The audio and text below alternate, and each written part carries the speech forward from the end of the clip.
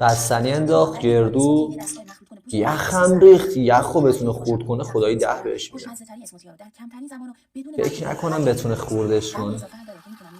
میکسشون کرد، ولی قبل اینکه موجودش کنم بهم تستش کنم. بعد کلی گشتن نمونه اورجینالش رو پیدا کردم. بدون معطلی رفتم سراغ تست محصول. یه دونه موز بزرگ، گردو و اصل کاری که یخ رو ریختم داخلش. یه بستنی هم که امضای کاره با شیر بهش اضافه کردم. اگه خودم تست نمی‌کردم باورم نمی‌شد، چون توی 15 ثانیه همه چی رو با هم میکس کرد و اینم شد نتیجه کار.